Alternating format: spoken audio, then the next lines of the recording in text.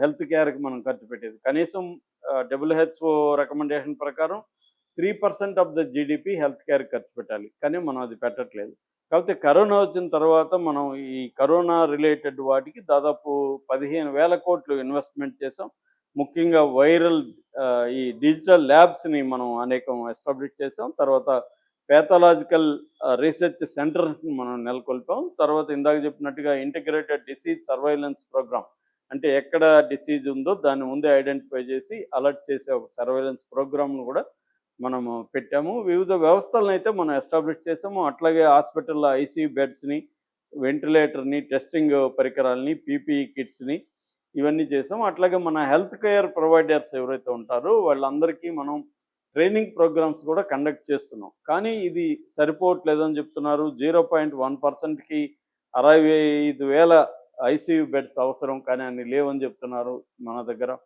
So రెండవదేంటంటే data integration లేదు. అంటే private data వేరేగా ఉంది, గవర్నమెంట్ డేటా వేరేగా ఉంది. ఈ రెండిటిని ఇంటిగ్రేట్ చేసే ప్రక్రియ ఇంకా బలంగా పుంజుకోలేదని చెప్తున్నారు. అయితే కేరళ మోడల్‌ని ఇప్పుడు దేశం అంతా ఫాలో కావాలనేది కూడా హెల్త్ నిపుణులు చెప్తున్నారు. నిపా వైరస్ వచ్చినప్పుడు కేరళలో వాళ్ళు లోకల్ సర్వైలెన్స్ నెట్వర్క్ గానీ, ర్యాపిడ్ డిటెక్షన్ అంటే త్వరగా జబ్బును గుర్తించడం గానీ, తర్వాత కమ్యూనిటీ ఇన్వాల్వ్‌మెంట్ చేయడం గానీ, యూనిఫైడ్ డేటా సిస్టమ్‌ని డెవలప్ చేయడం గానీ, ఇవన్నీ కేరళలో ఎఫెక్టివ్‌గా చేసి నిపా వైరస్‌ని వాళ్ళు సమర్థవంతంగా ఎదుర్కోగలిగారు. కాబట్టి కేరళ మోడల్‌ని దేశంలో మిగతా రాష్ట్రాలు కూడా అమలు చేయాలని సెంటర్ భావిస్తున్నట్టుగా చెబుతున్నారు. ఏదేమైనా పానిక్ అవ్వాల్సిన అవసరం లేకపోవచ్చు కానీ, నిన్న 124 కేసులు పెరగడం అనేది కొంత ఆందోళన కలిగిస్తుంది. ఈరోజు, రేపు ఈ వారం ఒక అలర్ట్‌గా అయితే ఉండాలి. కేసులు పెరుగుతున్నాయా? లేకపోతే స్టేబుల్‌గా ఉన్నాయా? అనేది చూసుకోవాలి. అయితే వరల్డ్ వైడ్‌గా డేటా చూసినప్పుడు ఆహ్, ఎవ్రీడే ఎవ్రీడే కాదు, వీక్లీ 1,700 మంది, 1,700 మంది చనిపోతున్నారని ఈ కరోనా రిలేటెడ్‌తో డబ్ల్యూహెచ్ఓ అనౌన్స్ చేసింది.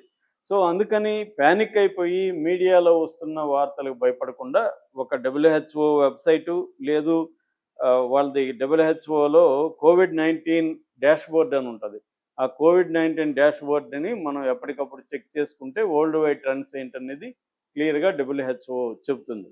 అట్లాగే మన ministry of health and family welfare department వాళ్ళ వెబ్‌సైట్ ఉంటది. దాంట్లో అథెంటిక్‌గా గవర్నమెంట్ ఏం చెప్తుందో అది తెలుస్తుంది. ఎందుకంటే చాలాసార్లు మీడియానే భయభ్రాంతం చేసి చాలాసార్లు ప్యానిక్‌తో హార్ట్‌లో ఆగిపోయిన సందర్భాలు మనం ఎక్కువ చూసాం.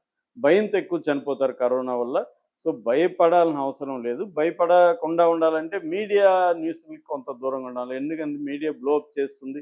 లేని ఇది ఉన్నట్టుగా చూపిస్తుంది. అందుకని ఈ డబ్ల్యూహెచ్ఓ డాష్‌బోర్డ్ గాని, తర్వాత ఇండియన్ హెల్త్ డిపార్ట్మెంట్ వీళ్ళ వెబ్‌సైట్‌లు అంటే అథెంటిక్ వెబ్‌సైట్‌లు చూడడం, దాన్ని మాత్రమే మనం ఫాలో కావడం, అట్లాగే పర్సనల్ జాగ్రత్తలు తీసుకోవడం, గుంపుల్లోకి వెళ్ళకుండా ఉండడం, వెళ్తే మాస్కులేసుకోవడం, ఇటువంటి జాగ్రత్తలు తీసుకోవాలి.